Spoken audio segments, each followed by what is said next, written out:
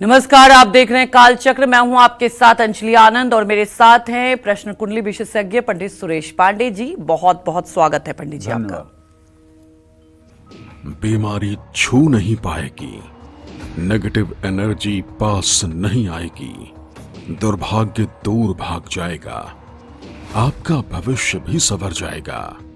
सही स्नान से कैसे सुधरेंगे हालात।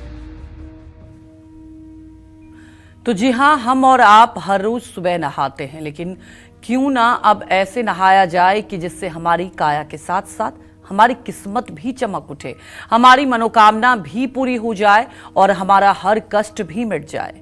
नहाने का सही तरीका, सही समय और कुछ खास चीजों को पानी में मिलाकर नहाने से कैसे संवरेगा आपका भविष्य, यही आज कालचक्र में पंडित सुरेश पांडे जी आपको बताने वाले हैं। तो पंडित जी से सबसे पहले ये जानते हैं कि क्या वाकई स्नान करने से हमारी किस्मत चमक सकती है, और इस बारे में पंडित जी से जानते हैं कि आखिर ऐसा क्यों होता है। बताएं पंडित जी। देखो, ऐसा है, स्नान करने से तो सही में किस्मत चमकती है जी। क्यों चमकती है कि अगर आप नित्य समय से स्नान कर रहे हैं तो आपका शरीर स्वस्थ रहता है, आपके अंदर चैतन्यता रहती है। जैसे आपको अपने लक्ष्य पर पहुंचने के लिए एक वाहन की आवश्यकता होती है जी। और वाहन अच्छा हो तभी आप अपने लक्ष्य पर समय से पहुंच पाएंगे। अगर वाहन बीच में ही बीमार होकर खड़ा हो जाए तो आप अपने लक्ष्य तक कभी नहीं पहुंच सकते। उसी तरह से इस शरीर में जो जीव यात्रा कर रहा है, ये शरीर एक वाहन है और इसमें रहने वाली जीवात्मा जो है वो सवारी है जी। वो सवारी है। उसको लक्ष्य पर अपने पहुंचाने के लिए ये शरीर सहायक है। अगर ये शरीर निर्बल दुर्बल हो गया तो फिर उस जीवात्मा को अपने लक्ष्य तक पहुंचने में देर होगी, या फिर जीवात्मा इस वाहन को त्याग करके किसी दूसरे वाहन का आश्रय लेगा, अर्थात इस शरीर को त्याग कर किसी दूसरे शरीर का त्याग करेगा, जिसे हम दूसरी भाषा में मृत्यु कहते हैं जी। तो स्नान आवश्यक है। लेकिन हाँ बेटा, स्नान केवल जल से नहीं होता है, स्नान बहुत सी चीजों से होता है और हर चीज के स्नान का अपना अपना एक महत्व है और हर स्नान का अपने आप में एक अद्भुत लाभ है। सनातन धर्म में केवल एक ही स्नान नहीं होता है कि आप गए और अपने ऊपर 4 लोटा पानी डाले, साबुन लगाए, नहा लिए, यही एक स्नान नहीं है। ये घर का स्नान है और बहुत से स्नान होते हैं। आज इस विषय पर मैं पूरी मतलब की गंभीरता से आपको बताऊंगा जी जी। और एक ऐसा स्नान बताऊंगा कि जिसे शायद आपने बहुत कम लोगों ने सुना हो, लेकिन मेरा ये पूरी गारंटी है कि जिस स्नान को आज मैं बताऊंगा उस स्नान को करने वाला जिंदगी में कभी असफल नहीं हो सकता और सारी रिद्धियां सिद्धियां, सारी सफलता उसके कदमों में रहेंगी जो स्नान मैं बताने जा रहा हूं या बताऊंगा। ठीक है ना। वो स्नान ऐसा है कि उसमें जो भी स्नान करेगा, उस तरह का जो भी स्नान करेगा, सारी रिद्धि सिद्धि और सारी सुख संपदा और सारे जीवन की खुशियां उस आदमी के चरणों में रहेंगी, उस महिला के चरणों में रहेंगी, उस पुरुष के चरणों में रहेंगी। इसमें कोई संशय नहीं है जी। जय मां विंध्यवासिनी। तो देखिए, पंडित जी ने आपको बताया कि कितना महत्वपूर्ण हो जाता है। तो लगातार आप हमारे साथ बने रहिए, क्योंकि जैसा कि पंडित जी ने जिक्र किया कि आगे भी वो बताएंगे वो महत्वपूर्ण बातें जिसके साथ स्नान करने से आपकी वाकई किस्मत बदल सकती है। तो आप जानेंगे पंडित जी से कि शास्त्रों में स्नान को लेकर क्या कुछ कहा गया है, क्या स्नान भी अलग अलग तरीके के होते हैं, इसके बारे में भी पंडित जी से जानते हैं। बताएं पंडित जी। देखो, वैसे तो अगर सनातन धर्म को देखा जाए तो 7 प्रकार के मूल रूप से स्नान माने जाते हैं जी। ये 7 प्रकार के स्नान बताए गए हैं, जिसमें पहला स्नान जो है जल स्नान है, जिसे सभी लोग जानते हैं। आप अपने घरों में रोज स्नान करते हैं, कुएं पर स्नान करते हैं, तालाब में स्नान करते हैं, इसे जल स्नान कहा जाता है। इससे शरीर की बाह्य शुद्धि होती है। दूसरा क्या होता है मंत्र स्नान होता है। मंत्र स्नान कहते हैं कि आप अपने हाथ में जल लेकर के और मंत्र से अभिमंत्रित करके जल को अपने हाथ पैर हृदय पर छिड़क ले, तो ये मंत्र स्नान हो गया। ठीक है, जैसे ओम अपवित्र पवित्रो वा सर्वावस्थां गतोऽपि वा यः स्मरेत् पुंडरीकाक्षं सह वा अभ्यन्तरः शुचिः पुंडरीकाक्ष पुनातु। कहने का मतलब, अगर स्नान करने की व्यवस्था नहीं है और मजबूरी है तो वो आप ये वाला स्नान भी कर सकते हैं। इससे क्या है कि अभिमंत्रित जल से पैर, हाथ और हृदय पर जल छिड़क लीजिए, सर पे जल छिड़क लीजिए, यह स्नान हो गया। तीसरा है अग्नि स्नान। अग्नि स्नान का मतलब कि शरीर पर भस्म विभूति लगाना। अगर आप कभी महाकाल गए होंगे उज्जैन, तो आपने देखा होगा वहां भोलेनाथ की भस्म आरती होती है, वह भी एक प्रकार का स्नान ही है। और अगर आपने नागा साधुओं को देखा होगा तो आप देखे होंगे कि पूरे शरीर में उनके भस्म लगी होती है, पूरे शरीर में भस्म लगी होती है। भस्म माने विभूति।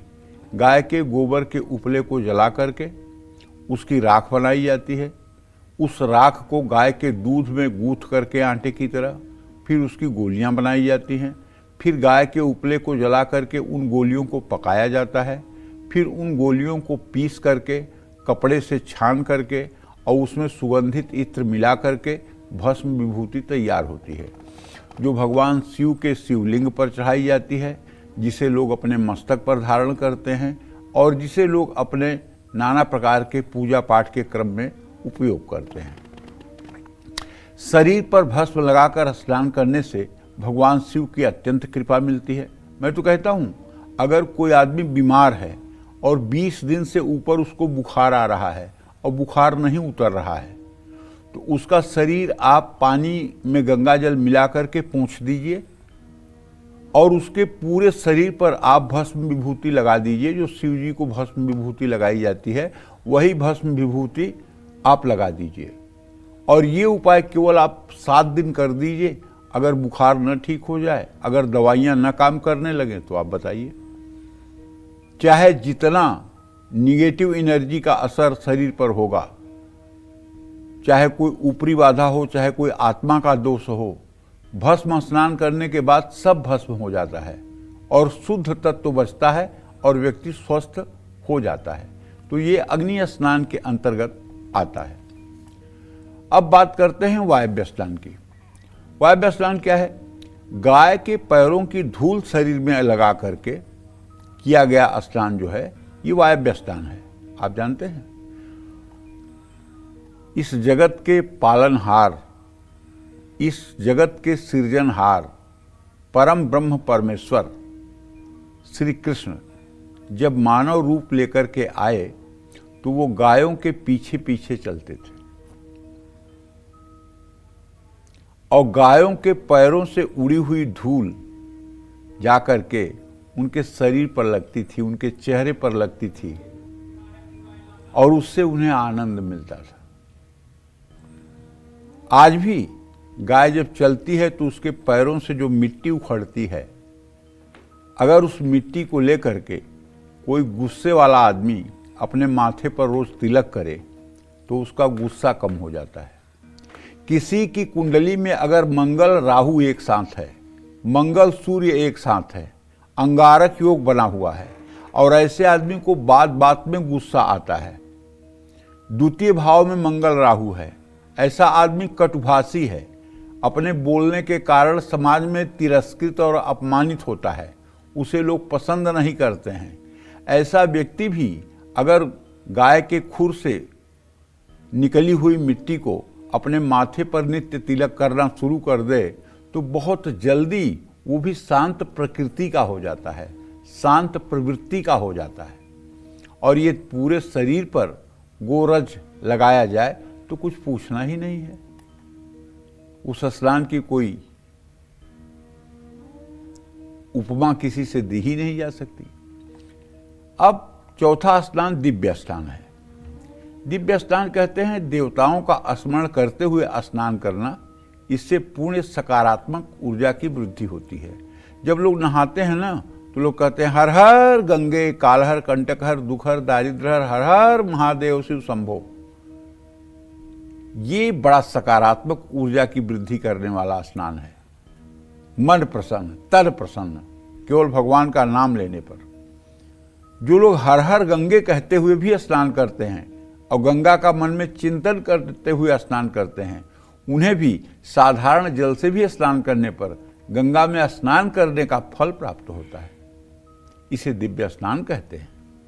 सूर्य स्नान, सूर्य की किरणों को ग्रहण करने या सूर्य की रोशनी में बैठकर स्नान करने को सूर्य स्नान कहते हैं। इससे आत्मविश्वास और मान सम्मान की वृद्धि होती है। एक तीर्थ स्थान है, आप जानते हैं, जैसे प्रयागराज है, हरिद्वार है, काशी है, कुरुक्षेत्र है, पुष्कर है। इन स्थलों पर गंगा सागर है। तीर्थ स्थलों में किया गया स्नान हर प्रकार के पाप को समाप्त करता है और पुण्य बढ़ते हैं और इससे व्यक्ति मुमुक्ष हो जाता है, मोक्ष की प्राप्ति कर लेता है। नहाने से हमारे शरीर की ऊर्जा नियंत्रित रहती है। नहाने से भूख बढ़ती है और आयु लंबी होती है। नहाने से रोग प्रतिरोधक क्षमता मजबूत होती है। शरीर और चेहरे पर तेज आता है। हर रोज स्नान करने से कुंडली में लग्न का स्वामी मजबूत होता है।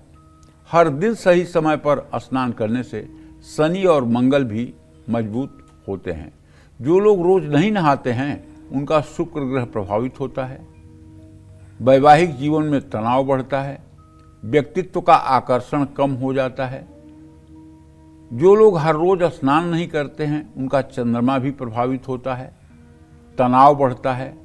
डिप्रेशन, एंजाइटी, अनिद्रा जैसे रोग उत्पन्न होते हैं। चिड़चिड़ापन भी हो सकता है। जो लोग हर रोज स्नान नहीं करते हैं उनको राहु भी अशुभ फल देने वाला होता है।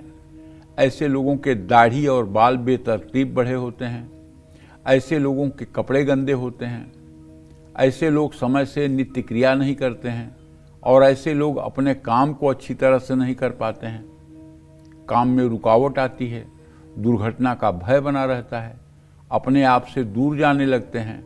आत्मविश्वास में कमी आती है। ये सब तो कुछ ऐसे स्नान हैं जो शास्त्रों में वर्णित है। अब जो स्नान के लिए मैंने आपको वादा किया था कि बताऊंगा तो आप भी सोचेंगे, वो स्नान मैंने पढ़ा है श्रीमद् देवी भागवत महापुराण में। कहाँ पढ़ा है? देवी भागवत महापुराण में। श्रीमद् देवी भागवत महापुराण के 6वें स्कंध में वर्णन आता है कि गंगा, जमुना और त्रिवेणी में स्नान करने के बाद भी लोगों के मन से बैर और द्रोह समाप्त नहीं होता। इसका एक कथा प्रचलित है कि विश्वामित्र और वशिष्ठ जी में आपस में झगड़ा हुआ हरिश्चंद्र को लेकर के, और दोनों ने आपस में एक दूसरे को श्राप दे दिया। वशिष्ठ ने कहा जाओ तुम आड़ी बन जाओ, और विश्वामित्र ने कहा जाओ तुम बगुला बन जाओ। और दोनों मानसरोवर पर रहने लगे और 1000 वर्ष तक दोनों लोगों ने युद्ध किया आपस में, आड़ी और बगुला बन के। जबकि ये लोग गंगा के किनारे रहते थे, नित्य गंगा स्नान करते थे। तो वहीं देवी भागवत में वेदव्यास जी लिखते हैं कि सबसे सर्वोत्तम जगत का जो स्नान है वो चित्त शुद्धि का तीर्थवें स्नान है। चित्त शुद्धि का तीर्थ। ये चित्त शुद्धि का तीर्थ क्या है भाई? ये चित्त शुद्धि का तीर्थ है भगवत प्राप्त महात्माओं के मुंह से निकली हुई गंगा में स्नान करना। भगवत प्राप्त महात्मा सत्संग कर रहे हों उसका श्रवण करना। अपने सदग्रंथों का श्रीमद् भागवत महापुराण, रामचरितमानस, वाल्मीकि रामायण, श्रीमद् देवी भागवत महापुराण, स्कंद पुराण, पद्म पुराण और महाभारत जैसा 5वां वेद, चारों वेद, इन सब में गोता लगाना ये चित्त शुद्धि का तीर्थ का स्नान है।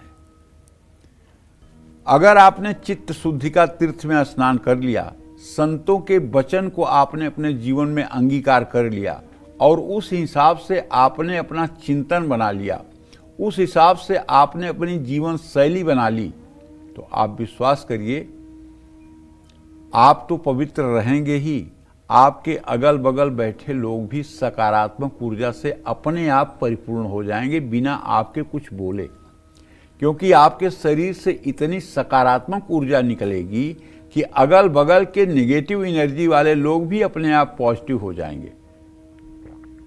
इसको कहते हैं चित्त शुद्धि का तीर्थ। और हर स्नान आप कर लीजिए, अगर चित्त शुद्धि का तीर्थ का स्नान नहीं हुआ है, अगर मन की मैल नहीं धुली है, चित्त शुद्धि का, चित्त माने मन, चित्त शुद्धि का माने अगर मन की शुद्धि का स्नान नहीं हुआ है तो सारे स्नान बेकार हैं। और चित्त शुद्धि का तीर्थ में स्नान हो गया तो सारे स्नान साकार हैं। चित्त शुद्धि का तीर्थ में क्या होता है? चित्त शुद्धि का तीर्थ में स्नान करने से गीता के 12वें अध्याय का 12वां श्लोक फलित होता है। कैसे फलित होता है? अद्वेष्टा सर्वभूतानाम। जो चित्त शुद्धि का तीर्थ में स्नान करता है वह इस पूरे चराचर जगत में किसी से द्रोह नहीं करता है, किसी से द्वेष नहीं करता है, इस पूरे संसार में किसी जीव जंतु मनुष्य से वो बैर नहीं करता है, किसी को अपना दुश्मन नहीं मानता है। अद्वेष्टा सर्वभूतानाम मैत्रः करुणमेव च। और अपने समानता के लोगों के साथ वो मैत्री का भाव बनाता है। करुणमेव च। और जो जीव जंतु हैं, न बोलने वाले वृक्ष लताएं हैं, उनके प्रति उसका मन करुणा का भाव वाला होता है। निर्ममो। किसी तरह का उस व्यक्ति के अंदर मोह नहीं रह जाता कि ये घर अपना रहे, ये बच्चा अपना रहे, ये धन अपना रहे, ये वैभव अपना रहे, ये भी मिल जाए, ये भी मिल जाए। निर्ममो, कोई मोह नहीं होता। निरहंकार, न शरीर का अहंकार, न धन का अहंकार, न बल का अहंकार, न ज्ञान का अहंकार, न बुद्धि का अहंकार, न भक्ति का अहंकार। कोई अहंकार जब न रहे तो उसको कहते हैं निरहंकार। ऐसा भाव, सम दुख सुखम छवि। और चाहे जीवन में दुख आए चाहे सुख आए, दोनों में एक समान बने रहना, ये चित्त शुद्धि का तीर्थ में स्नान का परिणाम है। आप सोच के देखिए, मैंने आपसे वादा किया था कि ऐसा स्नान बताऊंगा जिस स्नान को करने के बाद सफलता आपकी दासी बन जाएगी, सफलता आपके कदमों में गिर जाएगी। अगर आप अपने मन को इस चित्त शुद्धि का तीर्थ में रोज डुबकी लगवाएं, कुछ मत पढ़िए, केवल भक्तमाल एक किताब है, गीता प्रेस से रिलीज होती है। भक्तमाल किताब को एक बार पढ़ डालिए, श्रीमद् भगवत गीता को पढ़ डालिए, श्री रामचरितमानस को पढ़ डालिए, दिव्य वाल्मीकि रामायण को पढ़ डालिए, श्रीमद् भागवत महापुराण को पढ़ डालिए और पढ़ करके मन में उसका चिंतन करिए। फिर देखिए कैसे चित्त शुद्धि का तीर्थ में स्नान होता है। जैसे इस समय संत हैं, प्रातः स्मरणीय परम पूजनीय पवित्र कीर्ति परम पूज्य गुरुदेव प्रेमानंद जी महाराज। अब तो अस्वस्थ हैं, लेकिन उनका एकांतिक वार्तालाप सुनिए, उनका सत्संग सुनिए। मलूक पीठाधीश्वर संत राजेंद्र दास जी महाराज, उनका आप सत्संग सुनिए। जीवन बदल जाएगा, सोच बदल जाएगी, चिंतन बदल जाएगा। और उनकी बातों को सुनकर जब आप उसमें गोता लगाएंगे तो यही चित्त शुद्धि का तीर्थ का स्नान है। जय मां विंध्यवासिनी। तो देखिए, पंडित जी ने आपको बताया कि कितने तरीके का स्नान होता है और अब पंडित जी से जानेंगे स्नान करने का भी एक सही समय होता है और किस समय स्नान करने से फायदा होगा और किस समय किया गया स्नान आपको परेशान कर सकता है। आइए जानते हैं, बताएं पंडित जी। देखिए, पूरे दिन में हमें किस समय में स्नान करने से फायदा होगा और किस समय किया गया स्नान आपको परेशान करेगा, अब मैं आपको ये भी बताने वाला हूँ। सुबह 4 से 5 बजे के बीच किया गया स्नान ऋषि स्नान कहलाता है, जो सबसे शुभ माना गया है। ऋषि स्नान करने वालों का हर दुख दूर हो जाता है। सुबह 5 से 6 बजे के बीच किया गया स्नान देव स्नान कहलाता है, जो आपको सामान्य फल देता है। सुबह 6 से 7 बजे के बीच किया गया स्नान मनुष्य स्नान कहलाता है। जो स्नान 7 बजे के बाद किया जाता है वो राक्षस स्नान कहलाता है, जो ठीक नहीं माना जाता है। सुबह स्नान करने से तेज बल और आयु में वृद्धि होती है, बुरे सपने नहीं आते हैं, वायुमंडल की सात्विक तरंगों को शरीर आसानी से ग्रहण करता है। दोपहर, शाम और रात के समय स्नान नहीं करना चाहिए, लेकिन दोपहर के समय वायुमंडल में रजोगुण और तमोगुण बढ़ा हुआ रहता है। दोपहर में स्नान करने से शरीर में ज़्यादा संवेदनशीलता हो जाती है, शरीर में रजोगुण और तमोगुण की वृद्धि हो जाती है। इस समय स्नान करने से शरीर बाहर से तो शुद्ध हो जाता है, लेकिन मन की शुद्धि नहीं हो पाती है। रात के समय वायुमंडल में तमोगुण की वृद्धि होती है। इस समय शरीर में सात्विकता बहुत कम मात्रा में बढ़ती है। इस समय किया गया स्नान शरीर और मन को लाभ नहीं पहुंचाता है, लेकिन सूर्य और चंद्र ग्रहण की स्थिति में दोपहर, शाम या रात के समय स्नान कर सकते हैं। ग्रहण के बाद और ग्रहण के पहले, ग्रहण शुरू होने के पहले भी स्नान करना चाहिए और ग्रहण समाप्ति के बाद भी स्नान करना चाहिए। और स्नान करके अगर अपनी सामर्थ्य है तो किसी ज़रूरतमंद को कुछ दान भी करना चाहिए। ग्रहण का सही फल तब आपको मिलेगा। जय मां विंध्यवासिनी। तो स्नान करने से पहले और स्नान करने के बाद क्या करना चाहिए जिससे आपको इसका शुभ फल मिल सकता है, आइए जानते हैं, बताएं पंडित जी। देखिए, स्नान करने के बाद और पहले आपको क्या करना चाहिए और क्या नहीं करना चाहिए, आज यही मैं आपको बताने वाला हूँ। वायु पुराण के अनुसार भगवान पर चढ़ाने वाले फूल नहाने से पहले ही तोड़कर रख लेने चाहिए। भगवान के लिए तोड़े गए फूलों को कभी भी धोया नहीं जाना चाहिए। पूजा की थाली और बर्तन नहाने के बाद नहीं धोना चाहिए। भगवान के बर्तनों को भी जूठा माना जाता है, इसलिए स्नान करने के बाद उन्हें साफ नहीं करना चाहिए, स्नान करने के पहले साफ करना चाहिए। जूठे बर्तनों को छूने के बाद शरीर भी अशुद्ध हो जाता है। नहाने के बाद सरसों का तेल नहीं लगाना चाहिए। दूसरे तेल आप लगा सकते हैं, सरसों के तेल के लिए शास्त्रों में मनाही की गई है। शरीर में तेल मालिश हमेशा स्नान करने से पहले, तेल का अभिप्राय यहाँ सरसों के तेल से है, नहाने के पहले आप कर सकते हैं। तेल मालिश करने से शरीर के कई दूषित पदार्थ निकलते हैं। नहाने के बाद तेल मालिश की जाए तो ये दूषित पदार्थ त्वचा के साथ ही चिपक जाते हैं, जिससे त्वचा रोग होने की संभावना बढ़ जाती है। जय मां विंध्यवासिनी। तो देखिए, किस दिन स्नान करने से दूर हो सकता है कर्ज, बढ़ सकती है इनकम और बन सकते हैं आपके सभी रुके हुए काम, ये भी जानते हैं पंडित जी से, बताएं पंडित जी। देखिए, सोमवार को सिर धोने से सुंदरता बढ़ती है। ये खास करके महिलाओं के लिए स्नान है। सोमवार को सिर धोने से सुंदरता बढ़ती है, क्योंकि महिलाएं रोज सिर से स्नान नहीं करती हैं। अगर हफ्ते में 7 दिन होता है तो हफ्ते में 3 दिन से ज़्यादा सर से स्नान नहीं करती हैं। बाकी दिन सर के नीचे बालों को नहीं धोती हैं। तो यही शास्त्रों में कहा गया है कि सोमवार के दिन अगर महिलाएं अपना सर धोती हैं तो इससे उनका आत्मविश्वास और चेहरे की कांति बढ़ती है और मन शांत रहता है। मंगलवार को अगर आप सिर धोते हैं तो समझ लीजिए कि आपके जीवन में तनाव और परेशानियां बढ़ जाएंगी। इसीलिए मंगलवार को महिलाओं को सर धोने की मनाही की गई है। बुधवार को सिर से नहाने से आदमी के नए रास्ते खुलते हैं, इसलिए बुधवार को सर धोने की बात कही गई है। गुरुवार को सिर धोते हैं तो आप कर्ज के शिकार हो सकते हैं। गुरुवार के दिन पुरुषों को तो नहाना ही चाहिए सर से, लेकिन महिलाओं को नहीं धोना चाहिए बाल। शुक्रवार को सिर से नहाने से हर काम में रुकावट आती है। शनिवार को सिर से नहाने पर बड़ी से बड़ी मनोकामना पूरी हो जाती है। रविवार को सिर धोने से बेकार की इच्छाएं मन में पैदा होती हैं जो भविष्य में परेशानियां बढ़ाती हैं। ये सब कुछ लोगों को शरीर पर तेल मलकर नहाने की आदत होती है। तो सप्ताह में किस दिन शरीर पर तेल मलकर नहाना चाहिए और किस दिन नहीं, ये भी जान लीजिए। सोमवार, बुधवार और शनिवार को शरीर पर तेल मलकर स्नान करना शुभ होता है, जबकि रविवार, मंगलवार, गुरुवार और शुक्रवार को तेल मालिश करके स्नान नहीं करना चाहिए।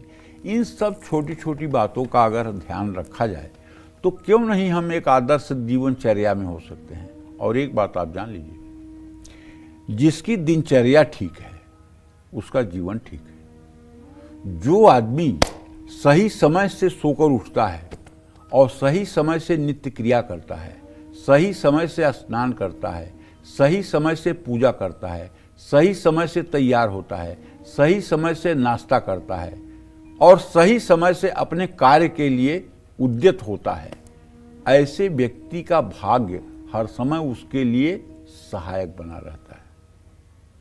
और जैसे एक पीपल का पत्ता टूट के गिरा, हवा पूरब से चल रही है तो पश्चिम उड़ जाएगा, पश्चिम से चल रही है तो पूरब उड़ जाएगा, दक्षिण से चल रही है तो उत्तर उड़ जाएगा, उत्तर से चल रही है तो दक्षिण उड़ जाएगा, कभी कीचड़ में पड़ जाएगा, कभी मंदिर में पड़ जाएगा, कभी जमीन के सूखे जगह पे पड़ जाएगा।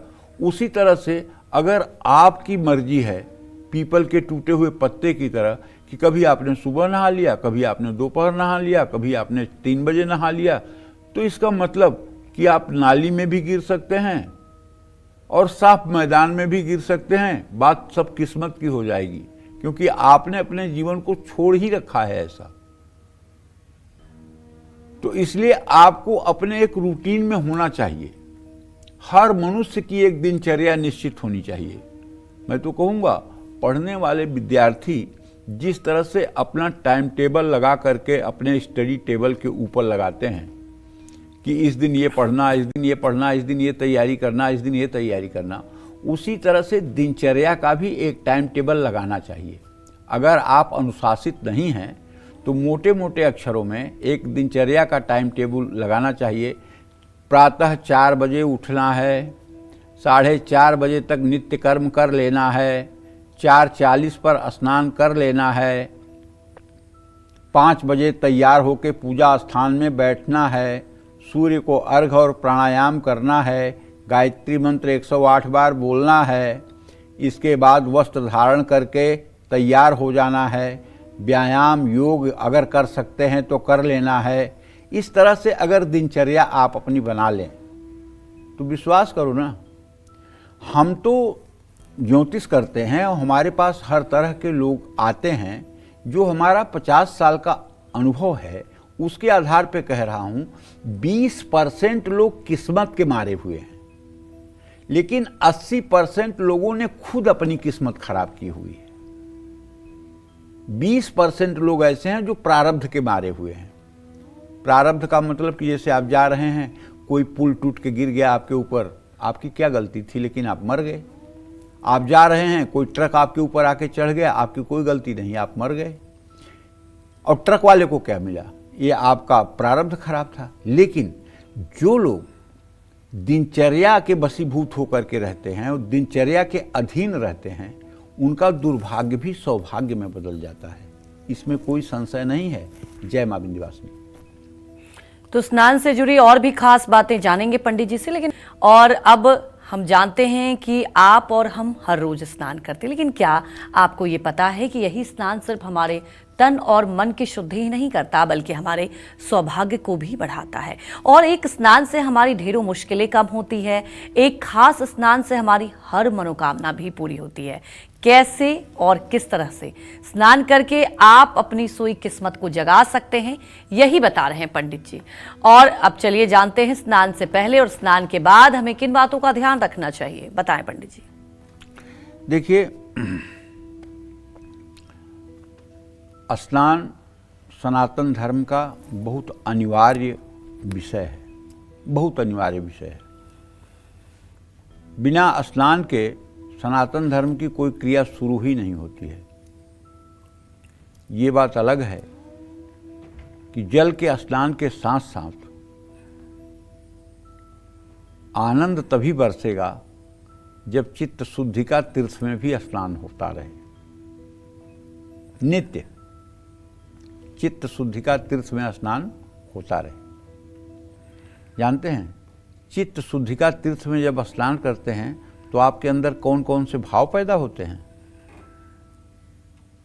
गीता के 12वें अध्याय के 16वें श्लोक में भगवान श्री कृष्ण बताते हैं कि जब चित्त शुद्धि का तीर्थ में स्नान होगा तो क्या होगा? अनपेक्ष, आप किसी से कोई उम्मीद नहीं लगाएंगे कि मेरे लिए कोई कुछ कर देगा, कोई मेरी नौकरी लगवा देगा, कोई मुझे पैसा दे देगा, कोई मेरे बेटे की शादी करवा देगा, कोई मेरा घर बनवा देगा। मतलब किसी से आप कोई उम्मीद नहीं करेंगे। अगर उम्मीद करेंगे तो केवल एक से, और वो है ईश्वर। ईश्वर के अलावा आप इस चराचर जगत में किसी से उम्मीद नहीं करेंगे। इसको कहते हैं अनपेक्षा। दूसरी बात, सुचिर दक्ष। सुचिर दक्ष का मतलब पवित्रता में पूर्ण रूपेण आप प्रवीण होंगे। कभी किसी के प्रति अशुद्ध विचार आपके मन में नहीं आएंगे। इसको सुचिर दक्ष कहते हैं। उदासीन, उदासीन का मतलब दुख हो या सुख, दोनों में आपके चेहरे का रंग एक जैसा होगा। चाहे आप श्मशान घाट पर हों और चाहे आप विवाह के मंडप में फेरे ले रहे हों, दोनों समय अगर आपकी फोटो खींची जाए तो चेहरा एक जैसा होना चाहिए। पता लगा कि कहीं चेहरा तनाव और विषाद से युक्त हो गया है और कहीं चेहरा जरूरत से ज़्यादा खिलखिला रहा है, ये जिंदगी की हार है। जिंदगी की जीत तब है जब दुख और सुख में रहते हुए भी आपके चेहरे की भाव भंगिमा न बदले। तब आपकी स्थिति होती है बूंद अघात सहई गिरी कैसे, खल के बचन संत सहजे से। मतलब दुख और सुख को आपने बराबर मान लिया है। न दुख से आप दुखी हो रहे हैं, न सुख से आप पागल हो रहे हैं।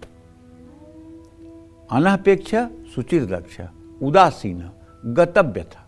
गतव्यथा का मतलब कि जो आपके जीवन का बुरा समय, कभी किसी ने आपका अपमान किया, कभी आपको किसी अभाव में जिंदगी जीनी पड़ी, कभी आपकी बहुत बुरी स्थिति रही, कभी आपके साथ बहुत अपमानजनक कार्य हुआ, उसको भूल जाइए।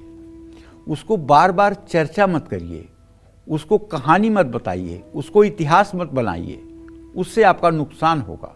उसको भूल जाइए। गतव व्यथा, जो व्यथा थी वो गत हो गई तो उसे भूल जाइए। सर्वारंभो परित्यागी।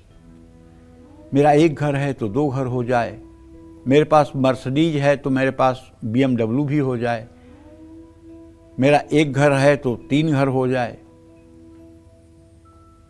इस तरह से सर्वारंभ मतलब और मेरे पास हो जाए, ये भावना ही खत्म हो जाए आपके मन से।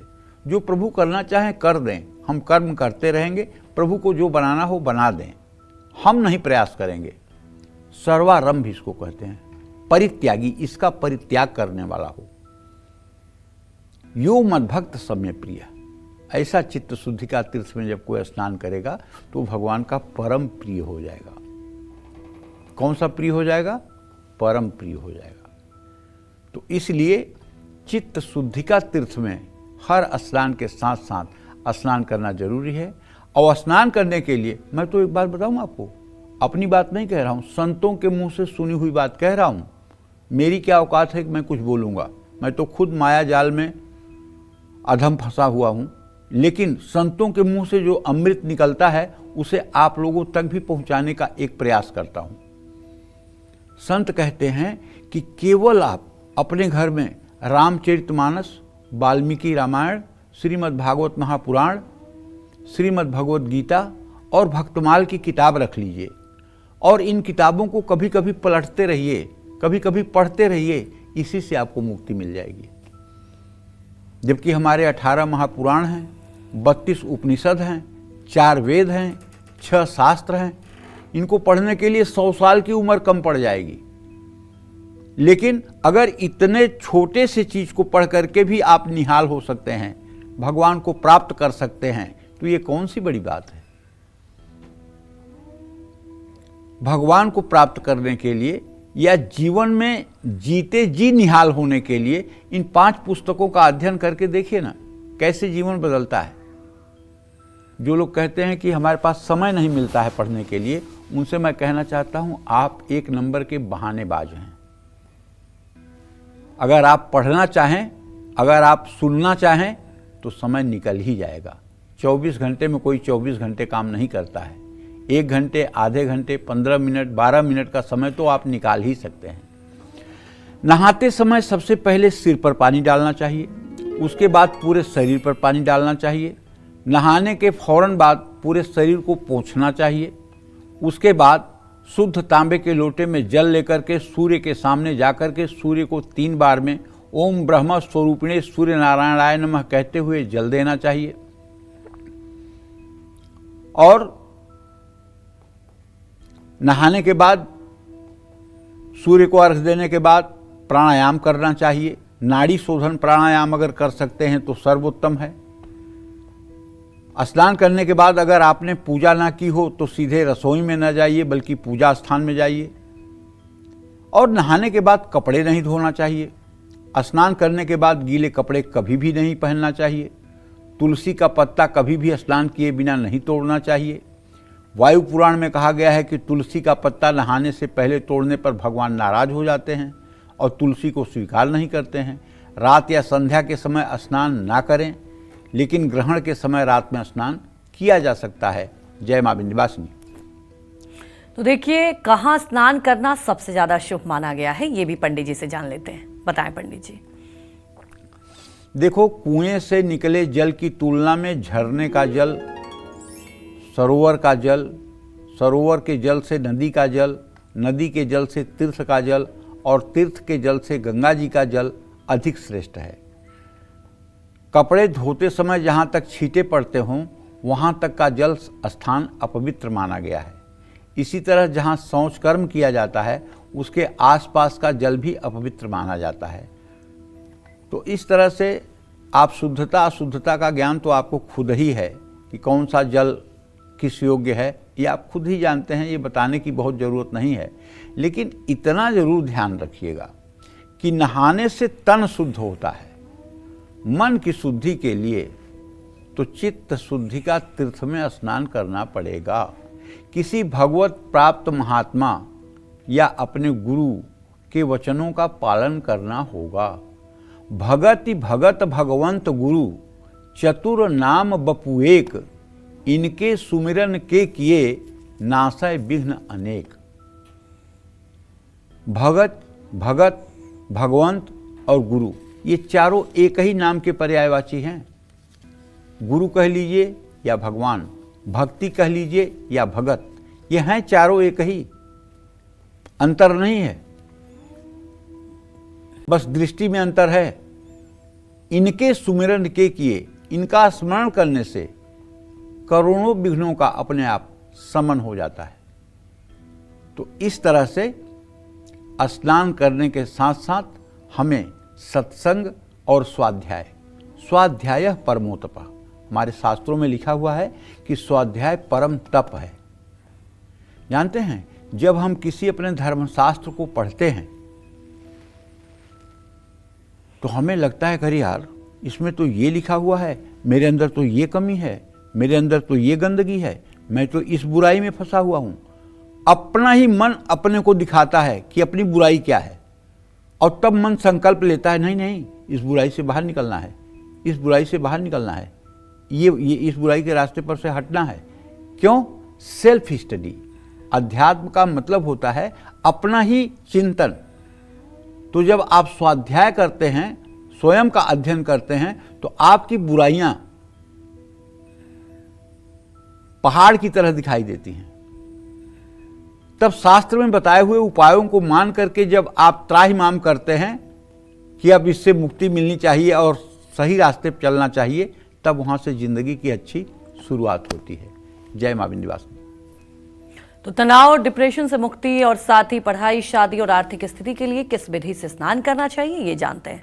बताएं पंडित जी। देखिए, आमदनी है लेकिन सेविंग्स नहीं हो पा रही है, उसके बहुत से कारण होते हैं। जैसे ज्योतिष शास्त्र में व्यय भाव का स्वामी धन भाव में बैठा हो, धन भाव का स्वामी व्यय भाव में बैठा हो, आय भाव का स्वामी व्यय भाव में बैठा हो, व्यय भाव का स्वामी धन भाव आय भाव में बैठा हो, तो ऐसे लोग पूरी जिंदगी कमाते हैं लेकिन वो कुछ सेविंग नहीं कर पाते हैं, कुछ बचत नहीं कर पाते हैं। इसको हम प्रारब्ध कह सकते हैं, क्योंकि भरत जी से वशिष्ठ जी ने भी यही कहा है कि सुनहु भरत भावी प्रबल बिलखि कहेऊ मुनिनाथ, हानि लाभ जीवन मरण यश अपयश विधि हाथ। ये विधाता के हाथ में 6 चीजें हैं, हानि और लाभ भी विधाता के हाथ में है, और गरीबी और दरिद्रता, इससे बड़ा तो कोई अभिशाप दुनिया में है ही नहीं है। गोस्वामी तुलसीदास जी उत्तरकांड में लिखते हैं काकभुसुंडी गरुड़ संवाद में कि नहीं दरिद्र सम दुख जग माही, संत मिलन सम सुख कछु नाही। जिस आदमी का बच्चा बीमार हो और दवाई के पैसे ना हो, जिस आदमी का बच्चा भूखा हो, दवाई के लिए पैसे, खाने के लिए पैसे ना हो, जिस आदमी का पिता माता अस्वस्थ हों और इलाज के लिए पैसे की व्यवस्था न हो, जरा उससे पूछ के देखिए, वो जीते जी मरने से ज़्यादा बुरी स्थिति में है। इसलिए दरिद्रता तो किसी को नहीं आनी चाहिए, और कम से कम कालचक्र के दर्शकों के यहाँ तो दरिद्रता को पैर नहीं रखना चाहिए। अगर पैर रखेगी दरिद्रता तो विंध्यवासिनी माता दरिद्रता का पैर काट लेंगी। कभी भूल करके भी कालचक्र के दर्शकों के यहाँ दरिद्र देव आप जाइएगा मत, वरना आपकी दुर्गति हो जाएगी। तो एक बात आप समझ लीजिए, अमावस्या शुक्रवार और रविवार के दिन छोड़कर आंवला जौ और तिल का पेस्ट बना करके शरीर पर रगड़ करके स्नान करिए और पानी में पेस्ट डालकर स्नान करिए। संपत्ति का सुख और सरकारी कार्यों में सफलता और मान सम्मान अगर चाहिए तो लाल चंदन को घिसकर पानी में मिला करके स्नान कर सकते हैं। तनाव और डिप्रेशन से मुक्ति के लिए साल में एक बार किसी पवित्र नदी में जरूर स्नान करना चाहिए। अब पवित्र नदी में भी स्नान करने का मतलब सुनिए। एक बार हमने कथा सुनाई थी, आज फिर आपको सुना रहे हैं। माघ महीने की अमावस्या तिथि थी, बहुत से लोग हरिद्वार स्नान करने जा रहे थे। तो माता पार्वती ने भगवान शिव से कहा कि प्रभु देखिए ना, कितने लोग गंगा स्नान करने जा रहे हैं, कितना पुण्य करेंगे। भगवान शिव ने हंसते हुए कहा, नहीं देवी, ये लोग पानी में नहाने जा रहे हैं, गंगा स्नान करने इसमें कोई ही जा रहा है। कहें वो कैसे? कहें कल बताऊंगा। जिस दिन अमावस्या थी, बरसात हुई, कीचड़ हो गया और एक छोटे से गड्ढे में शिव जी आकर के गिर गए, बूढ़े का रूप बना के। और वहाँ जगत जननी जगदम्बा माँ पार्वती बगल में बैठी थी और भगवान शिव ने उनसे कहा कि जो भी यहाँ से स्नान करके गुजरे उससे ये कहो कि भैया मेरे पति को इस गड्ढे से निकाल दीजिए। जब वो निकालने के लिए तैयार हो जाए तो कह देना कि भैया मेरे पति निष्पाप हैं, अगर आपने पाप किया है और आप हाथ लगाएंगे तो आप जल जाएंगे। तो ऐसे माता पार्वती करने लगी। सुबह से लेकर के 4 बज गया, कोई नहीं निकालने के लिए तैयार हुआ। रुकते सब थे, निकालने के लिए तैयार होते थे, लेकिन जब वो कहती थी कि कोई पाप आपने किया हो तो जल जाएंगे, तो सब आगे बढ़ जाते थे। एक लड़का 18 साल का आया, उससे माता ने कहा कि भैया आप मेरे पति को निकाल दीजिए। हाँ हाँ माता निकाल दूंगा। भैया लेकिन अगर आपने पाप किया होगा तो आप जल जाएंगे। अरे कैसा पाप? अभी अभी देख नहीं रही हो, गंगा से नहा के आ रहा हूं हरिद्वार से, सब पाप साफ जल गया, क्या पाप कहाँ है? और पकड़ करके शिव जी को निकाल दिया। तो आपके मन में भी ये विश्वास आना चाहिए कि जब गंगा नहा ही लिया मैंने तो अब पाप कैसा? अगर मन में यह है कि नहीं यार वो वाला पाप है, वो वाला पाप है, वो वाला पाप है, तो नहाने का कोई मतलब नहीं निकला। नहाने का एक विश्वास तो होना ही चाहिए कि जब नहा लिया तो सारे पापों से मुक्ति, अब नया पाप कोई नहीं होने पाए इस शरीर से। ठीक है।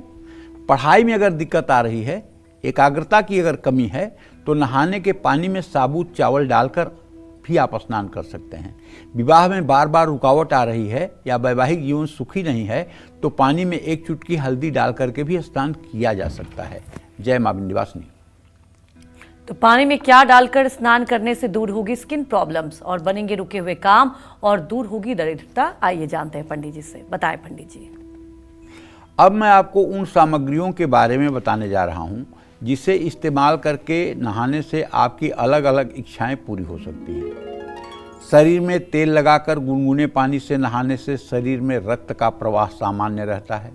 शरीर में हल्दी लगाकर स्नान करने से त्वचा संबंधी बीमारियां कम होती हैं। शरीर में गाय का शुद्ध घी मलकर स्नान करने से आयु लंबी होती है।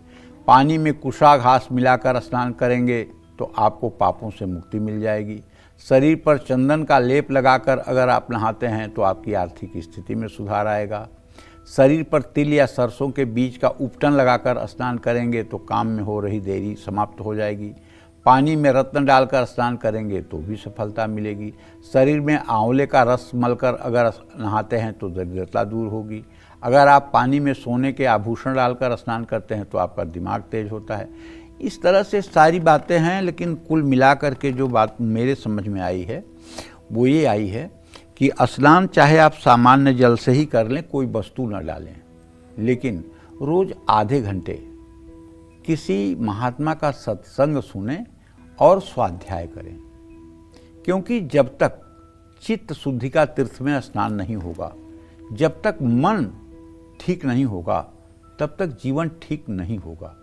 और अगर कभी सौभाग्यवश आपको सफलता मिल भी गई, आपने उपलब्धि ले भी ली, वो उपलब्धि ज़्यादा दिनों तक इसलिए नहीं रहेगी कि आपका चित्त निर्मल नहीं है। कहीं न कहीं आपसे कोई न कोई गलत डिसीजन हो जाएगा, जिसका परिणाम होगा परेशानी, दुख और बर्बादी।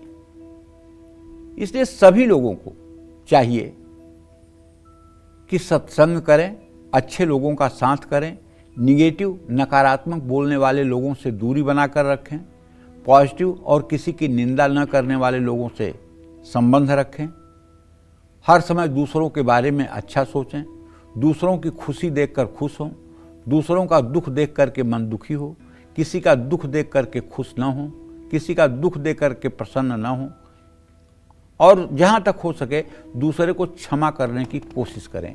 जय मां विंध्यवासिनी। तो कुंडली में अगर खराब मंगल, चंद्रमा और सूर्य ग्रह अशुभ प्रभाव डाल रहे हैं तो जल में क्या डालकर स्नान करना चाहिए, आइए जानते हैं, बताएं पंडित जी। देखो, कुंडली में अगर सूर्य शुभ फल नहीं दे रहा है तो रविवार को नहाने वाले पानी में एक चुटकी लाल चंदन का पाउडर या लाल चंदन घिस करके मिला लीजिए, या कनेर का फूल डाल लीजिए। इससे आपका आत्मविश्वास बढ़ेगा, नेतृत्व क्षमता मजबूत होगी। अगर सूर्य नीच राशि का और नीच नवांशक में है तो केवल नहाने से बात नहीं बनेगी, फिर आपको सूर्य के वैदिक मंत्र का जप करना होगा रोज 10 माला। ओम कृष्णेन रजसा वर्तमानो निवेशयन्न मृतं मृतं च हिरण्येन सविता रथेन देवो जाति भुवनानि पश्यन्न। ये सूर्य का वैदिक मंत्र है, आपको गूगल पे भी मिल जाएगा, यूट्यूब पे भी मिल जाएगा।